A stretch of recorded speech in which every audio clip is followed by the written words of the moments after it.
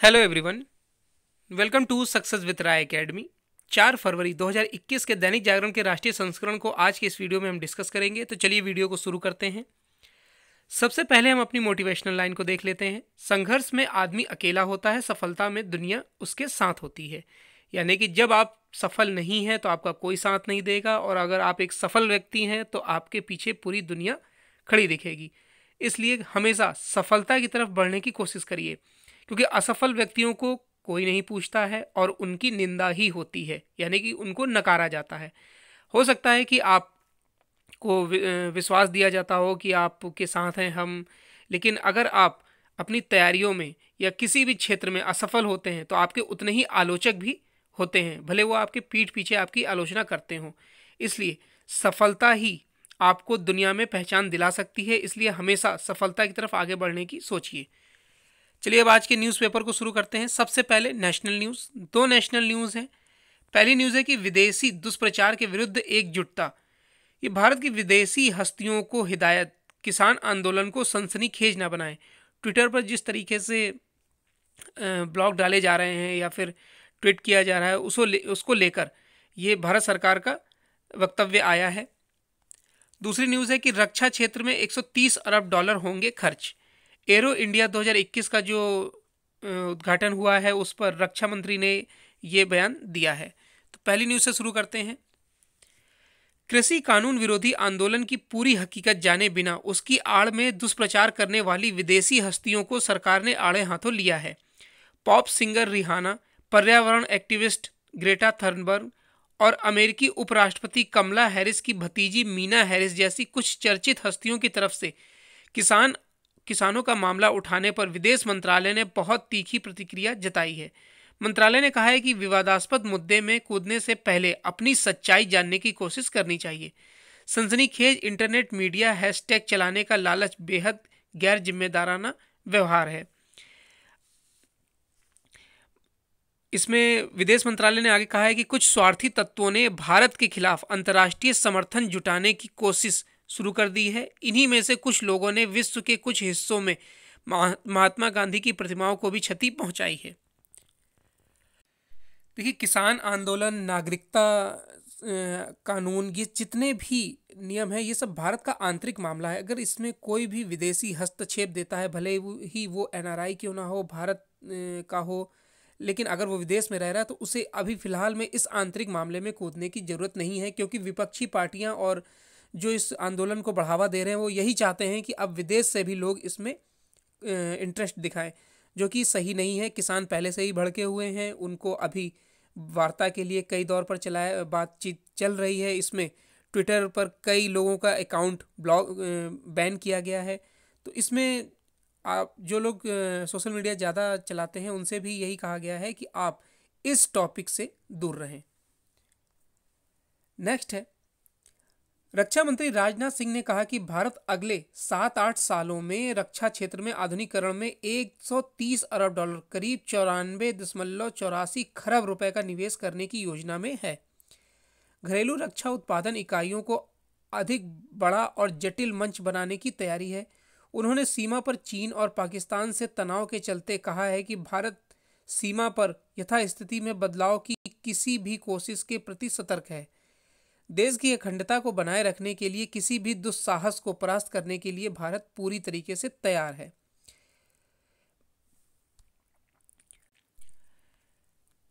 बेंगलोर के Yelahanka air force station पर arrow India 2021 के उद्घाटन समारोह में रक्षा मंत्री राजनाथ सिंह ने बुधवार को कहा कि सरकार वर्ष 2014 से रक्षा क्षेत्र में कई सुधार ला रही है, ताकि रक्षा क्षेत्र में निर्यात, एफडीआई और ऑफसेट बिक्री के लिए बेहतर वातावरण बन सके। नेक्स्ट है इंटरनेशनल पेज। इंटरनेशनल पेज में 2 न्यूज़ हैं। पहला, म्यांमार में जो तख्ता पलट हुआ है उसको लेकर न्यूज़ है कि सूकी पर संचार उपकरणों के अवैध आयात का आरोप लगाया गया है। और दूसरी न्यूज़ है कि ट्रंप की नीतियों को बाइडेन, यहां पर बाइडेन होगा, ने पलटा। म्यांमार की पुलिस ने अपदस्थ नेता आंग सान सू के खिलाफ अवैध रूप से संचार उपकरण आयात करने का आरोप लगाया है। साथ ही उन्हें जांच के लिए 15 फरवरी तक हिरासत में रखने की बात कही है। सेना ने सोमवार को तख्ता पलट करके नोबेल पुरस्कार विजेता आंग सान सू की को गिरफ्तार कर लिया था। सेना के इस कदम का अमेरिका और दूसरे पश्चिम देशों ने कड़ा विरोध किया था। पुलिस ने अदालत को बताया कि राजधानी नेपिता में उनके घर की तलाशी के दौरान बाकी जो तलाशियां ली गई थी उसमें वॉकी टॉकी रेडियो मिला है। पुलिस का आरोप है कि रेडियो को न केवल अवैध रूप से आयात किया गया था बल्कि इसके इस्तेमाल के लिए अनुमति भी नहीं ली गई थी। नेक्स्ट न्यूज़ है, ट्रंप की नीतियों को बाइडेन ने पलट दिया है। अमेरिका के राष्ट्रपति जो बाइडेन ने 3 ऐसे कार्यकारी आदेशों को रद्द कर दिया है जो ट्रंप प्रशासन ने आव्रजन नीतियों के संबंध में लिए थे। इसमें पुराने प्रशासन की कड़ी नीति के कारण दक्षिण की अमेरिकी मैक्सिको सीमा पर अलग हुए अप्रवासियों को एक करने संबंधी महत्वपूर्ण आदेश भी है। इन आदेशों पर हस्ताक्षर के बाद जो बाइडेन ने कहा कि आज पहला काम हम पूर्व प्रशासन द्वारा किए गए अनैतिक और देश के लिए शर्मनाक आदेश को वापस लेकर कर रहे हैं, जिसमें बच्चे अपनी मां, परिवार और पिता से बिछड़ गए थे। ये बच्चे और उनके परिवार अभी तक हिरासत में हैं। अब ये फिर अपने परिवारों से मिल सकेंगे। दूसरा कार्यकारी आदेश वो है जो दक्षिणी सीमा से प्रवास का मूल कारण है। उन्होंने तीसरा कार्यकारी आदेश ट्रंप प्रशासन की पूरी आव्रजन नीति की समीक्षा करने का किया है। तो ये इंटरनेशनल पेज की 2 न्यूज़ थी। नेक्स्ट पेज है हमारा बिजनेस पेज। बिजनेस पेज में 2 न्यूज़ हैं। पहली न्यूज़ है कि कोविड पूर्व स्तर पर पहुंचा निर्यात। वाणिज्य सचिव ने बोला है कि पीएलआई योजना से हमारा मैन्युफैक्चरिंग आधार मजबूत होगा। और दूसरी न्यूज़ है कि जेफ बेजोस 26 वर्ष के बाद छोड़ेंगे सीईओ का पद। वस्तुओं एवं सेवाओं का निर्यात तेजी से कोविड-19 के पूर्व के स्तर पर पहुंच रहा है। वाणिज्य सचिव अनूप वाधवान ने बुधवार को कहा कि जनवरी के दौरान निर्यात में सकारात्मक वृद्धि हुई है और हम तेजी से महामारी पूर्व का स्तर हासिल करने की ओर अग्रसर हैं। भारत निर्यात के मामले में नए मोर्चे खोल रहा है और वर्तमान में देश मोबाइल फोन और अन्य इलेक्ट्रॉनिक सामान की आपूर्ति अन्य देशों को कर रहा है। निर्यात को गति पकड़ता देख भारत की ओर अब विदेशी मार्केट भी काफ़ी दिलचस्पी दिखा रहा है। और जिस तरीके से कोविड ने पूरे विश्व को अपनी जकड़न में ले रखा था, उसमें भारत काफ़ी मजबूत ढंग से आर्थिक क्षेत्र में प्रगति कर रहा है। उसके जितने भी आंकड़े हैं भारत के आर्थिक विकास के, वो सभी पॉजिटिव आ रहे हैं। जनवरी में निर्यात सालाना आधार पर 5.37% बढ़कर 27.24 अरब डॉलर तक पहुंच गया था। नेक्स्ट है, अमेरिका की ऑनलाइन रिटेलर दिग्गज अमेजॉन के संस्थापक जेफ बेजोस इस वर्ष सीईओ का पद छोड़ देंगे। इस वर्ष के आखिरी महीने में 57 वर्षीय बेजोस अमेजॉन के एग्जीक्यूटिव चेयरमैन का पद संभालेंगे। अमेजॉन के नई सीईओ का कार्यभार 53 वर्षीय एंडी जेसी को दिया गया है। वर्तमान में वो अमेजॉन वेब सीरीज के सीईओ हैं। बुधवार को अमेजॉन की तरफ से इसकी जानकारी दी गई। अपने निर्णय से अवगत कराते हुए बेजोस ने मंगलवार को कंपनी के कर्मचारियों को लिखे पत्र में कहा कि नए बदलाव से उन्हें समय और ऊर्जा बचाने में मदद मिलेगी, जिसे वह कंपनी से जुड़े अन्य बिजनेस व शौक पूरी करने में लगाएंगे। माइक्रोसॉफ्ट के सीईओ सत्यम नडेला व गूगल के सीईओ सुंदर पिचाई जैसे दिग्गजों के नए पद पर बेजोस का स्वागत किया है। नेक्स्ट है हमारा पेज एडिटोरियल पेज। देखिए, जितने भी ये पॉइंट आपको दिख रहे हैं, रक्षा क्षेत्र में रक्षा क्षेत्र में जो 130 अरब डॉलर का खर्च होगा भारत करेगा, जेफ बेजोस ने जो पद छोड़ा है, तो इन सब के अलग अलग टॉपिक्स पर आपको छोटे छोटे वीडियो प्रोवाइड किए जाएंगे जिसमें आपको डिटेल से बता दिया जाएगा। एडिटोरियल पेज में 3 आर्टिकल हैं। पहला आर्टिकल है अपेक्षाओं पर खरा उतरने वाला बजट। अपने पिटारे में से वित्त मंत्री ने सिर्फ लोगों के हाथ में नकदी देने और करों में रियायतों को छोड़कर बाकी सभी सौगात देने का काम किया है। इसी पर लिखा गया है आर्टिकल, और यह आर्टिकल लिखा है सेबी और एलआईसी के पूर्व चेयरमैन जीएन वाजपेयी द्वारा। दूसरा आर्टिकल है एक गलत फैसले पर सही चोट। पॉक्सो एक्ट में यह फैसला एक गलत मिसाल बन सकता था जिसे तत्काल खारिज करना आवश्यक था। अब ये मामला क्या है इस आर्टिकल में हम देखेंगे। और यह आर्टिकल लिखा है जम्मू केंद्रीय विश्वविद्यालय के प्रोफेसर रसाल सिंह ने। तीसरा है कि बेलगाम दुष्प्रचार। जिस तरीके से दुष्प्रचार किया जा रहा है किसान आंदोलन को लेकर सरकार के खिलाफ, वो वाकई में एक बेलगाम तरीका है, और इसी पर लिखा गया ये आर्टिकल। तो पहले आर्टिकल से शुरू करते हैं। तो ये कोरोना महामारी के बाद ये भारत सरकार का पहला बजट था और इसमें सभी सेक्टर को मजबूती से आगे बढ़ाने की बात कही गई है, चाहे वो सर्विस सेक्टर हो, हेल्थ सेक्टर हो, डिफेंस हो या फिर कोई भी एजुकेशन सेक्टर हो, सब में बराबर हिस्सेदारी बांटने की कोशिश की गई है और एक मजबूत यानी कि एक भारत को आगे बढ़ाने वाला बजट इसे माना जा सकता है। वित्त मंत्री निर्मला सीतारमण ने एक महत्वपूर्ण बजट पेश किया। इस बजट में सरकार की मंशा एकदम स्पष्ट है। वह यह कि मोदी सरकार न केवल कोविड-19 के कारण अर्थव्यवस्था को हुए नुकसान की भरपाई करना, बल्कि आने वाले वर्षों में तेज आर्थिक वृद्धि के लिए भी आधार तैयार करना चाहती है। आधुनिक विश्व में अमेरिका से लेकर यूरोप और हाल में चीन तक किसी के भी आर्थिक कायाकल्प की पटकथा बुनियादी ढांचे के विकास पर ही केंद्रित रही है।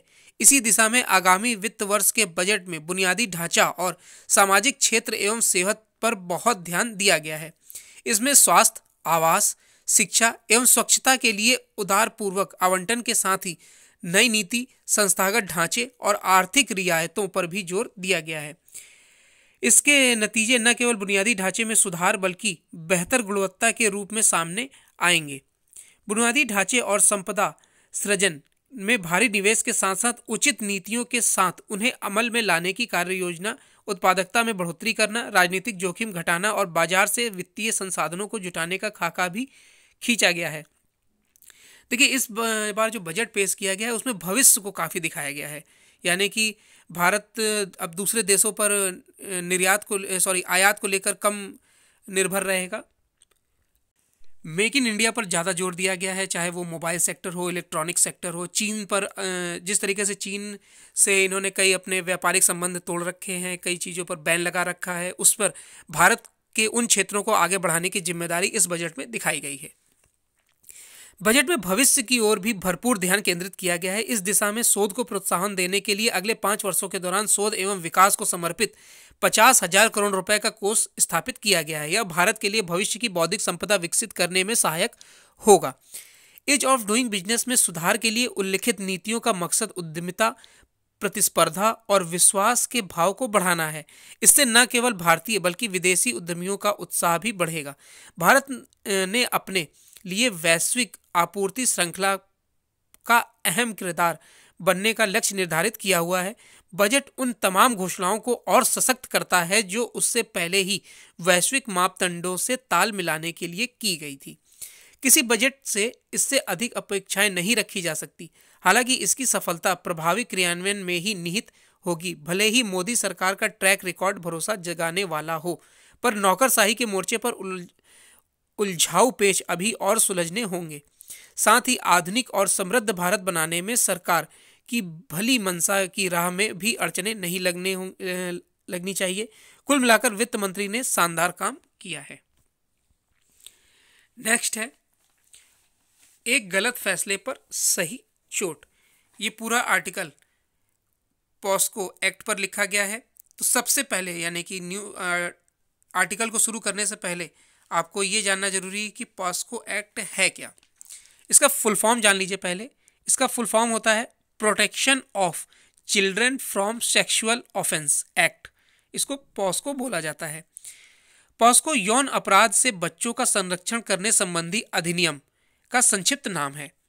पॉस्को अधिनियम 2012 को बच्चों के हित और सुरक्षा का ध्यान रखते हुए बच्चों को यौन अपराध, यौन उत्पीड़न और पोर्नोग्राफी से संरक्षण प्रदान करने के लिए लागू किया गया था। ये तो हो गई पॉस्को एक्ट की बात। अब ये मामला क्या है? हाल में बंबई उच्च न्यायालय की नागपुर पीठ ने एक फैसले ने पूरे देश का ध्यान अपनी ओर खींचा। यह निर्णय बाल यौन अपराधों को रोकने से जुड़े पॉस्को एक्ट से संबंधित वर्ष 2016 के एक मामले से जुड़ा था। इस मामले में नागपुर एकल पीठ की न्यायमूर्ति पुष्पा गनेडीवाला ने पॉस्को एक्ट को एक तरह से पुनर्भाषित करते हुए उसकी बहुत सीमित और प्रतिगामी व्याख्या की। उन्होंने 12 वर्षीय एक बच्ची पर हुए यौन हमले के लिए नागपुर सत्र न्यायालय द्वारा पॉस्को एक्ट के तहत दोषी ठहराए गए 39 वर्षीय व्यक्ति सतीश बंधु रगड़े को इस अपराध से मुक्त कर दिया कि इसके स्किन टू स्किन यानी शारीरिक संपर्क नहीं हुआ। इसके अनुसार चूंकि आरोपित से बच्ची का शारीरिक संपर्क नहीं हुआ तो उस पर पॉस्को एक्ट नहीं लगाया जा सकता। उनका यह निर्णय पॉस्को एक्ट की सीमित समझ और इस कानून में अंतर्निहित भावना की ओर अपेक्षा का सूचक है। ऐसे में उनके इस फैसले पर व्यापक जनाक्रोश स्वाभाविक ही था। इस मामले का स्वतः संज्ञान लेते हुए केंद्र सरकार ने अटॉर्नी जनरल के वेणुगोपाल के माध्यम से तुरंत हस्तक्षेप किया और उच्चतम न्यायालय में अपील दायर करते हुए इस प्रतिगामी निर्णय पर रोक लगाकर इसकी समीक्षा की मांग की है। प्रधान न्यायाधीश न्यायमूर्ति S.A. बोबड़े की अध्यक्षता वाली पीठ ने इस निर्णय पर रोक भी लगा दी। उच्च न्यायालय ने न सिर्फ इस निर्णय के खिलाफ याचिका दायर करने की अनुमति दी है, बल्कि महाराष्ट्र सरकार और आरोपित को 2 सप्ताह बाद होने वाली अगली सुनवाई के लिए नोटिस भी जारी कर दिया है। केंद्र सरकार और उच्च न्यायालय द्वारा इस मामले का संज्ञान लिया जाना स्वागत योग्य है। इसमें कोई संदेह नहीं कि कोई भी कानून अपराधों को रोकथाम और समस्या का समाधान एकमात्र तरीका नहीं, बल्कि एक तरीका मात्र ही होता है। अपराध के लिए समुचित और समयबद्ध दंड का प्राविधान न्यायप्रिय और लोकतांत्रिक समाजों का मूलभूत लक्षण है। जब अपराधी को सजा नहीं मिलती और पीड़ित को समुचित और समयबद्ध न्याय नहीं मिलता तो सामाजिक ढांचा जर्जर होने लगता है। न्यायिक सुधारों की इसी आवश्यकता को देखते हुए ही मोदी सरकार ने राष्ट्रीय न्यायिक नियुक्ति आयोग गठित करने की पहल की थी। उसका उद्देश्य न्याय व्यवस्था में पारदर्शिता और जवाबदेही सुनिश्चित करने के लिए और न्याय प्रक्रिया को गतिशील, समयबद्ध और वहनीय बनाना ही था। हालांकि यह कोशिश कॉलेजियम व्यवस्था वाली न्यायपालिका को रास नहीं आई और उसने यह प्रस्ताव खारिज कर दिया। न्यायिक सुधारों के अभाव में ऐसे सवाल आने वाले दिनों में भी उठते रहेंगे जैसे नागपुर की अदालत से उठे हैं। ऐसे में यह समय न्यायपालिका के लिए भी आत्मविश्लेषण का है कि वह सुधार के लिए सक्रियता दिखाए। नेक्स्ट है बेलगाम दुष्प्रचार। आम किसानों की आड़ में पंजाब, हरियाणा और पश्चिमी उत्तर प्रदेश के चंद किसान संगठनों के आंदोलन के दौरान प्रधानमंत्री के खिलाफ चलाए गए बेहद आपत्तिजनक हैशटैग को लेकर ट्विटर को जो चेतावनी दी गई वह किसी कार्रवाई में तब्दील होनी चाहिए। यह इसलिए आवश्यक है क्योंकि एक तो ट्विटर बेलगाम होता जा रहा है और दूसरा वह आपत्तिजनक एवं बैर बढ़ाने वाले हैशटैग को बढ़ावा देने में माहिर हो गया है। उसने भारत के लिए अलग मापदंड बना रखे हैं और अन्य देशों खासकर अमेरिका के लिए अलग है। वह अमेरिका में गुमराह करने वाले ट्वीट के आधार पर राष्ट्रपति डोनाल्ड ट्रंप तक को प्रतिबंधित कर देता है, लेकिन भारत में झूठी खबरों के जरिए वैमनस्य बढ़ाने, माहौल खराब करने और लोगों को भड़काने वाले तत्वों को संरक्षण देते हैं। उनमें से तो उनके खिलाफ कोई कार्रवाई की जानी चाहिए जिन्होंने ऐसे बयान या ट्वीट किए हुए हैं। तो ये एडिटोरियल पेज के 3 आर्टिकल थे। अब नेक्स्ट पेज है हमारा स्पोर्ट्स पेज। स्पोर्ट्स पेज में एक न्यूज़ है कि भारतीय मुक्केबाजी महासंघ के फिर अध्यक्ष बने अजय सिंह बुधवार को हुए भारतीय मुक्केबाजी महासंघ के चुनाव में फिर अध्यक्ष चुने गए हैं। उन्होंने आशीष सेलार को आसानी से 37-27 मतों के अंतर से हरा दिया है। गुरुग्राम के एक होटल में हुए मुक्केबाजी संघ के पर्यवेक्षक की मौजूदगी में ये चुनाव किए गए। स्पाइस जेट एयरलाइंस के चेयरमैन सिंह के साथ अब नए महासचिव असम के हेमंत कुमार कलिता होंगे। कलिता महाराष्ट्र के जे कोहली की जगह लेंगे। उन्होंने चुनाव से पहले सेलार को अपना समर्थन देने के बाद पद के लिए चुनाव नहीं लड़ने का फैसला किया था। तो ये आज का यानी 4 फरवरी 2021 का दैनिक जागरण का राष्ट्रीय संस्करण था। आई होप आपको वीडियो अच्छा लगा होगा। अगर आपको वीडियो अच्छा लगा तो लाइक और शेयर कर दीजिएगा। वीडियो देखने के लिए धन्यवाद।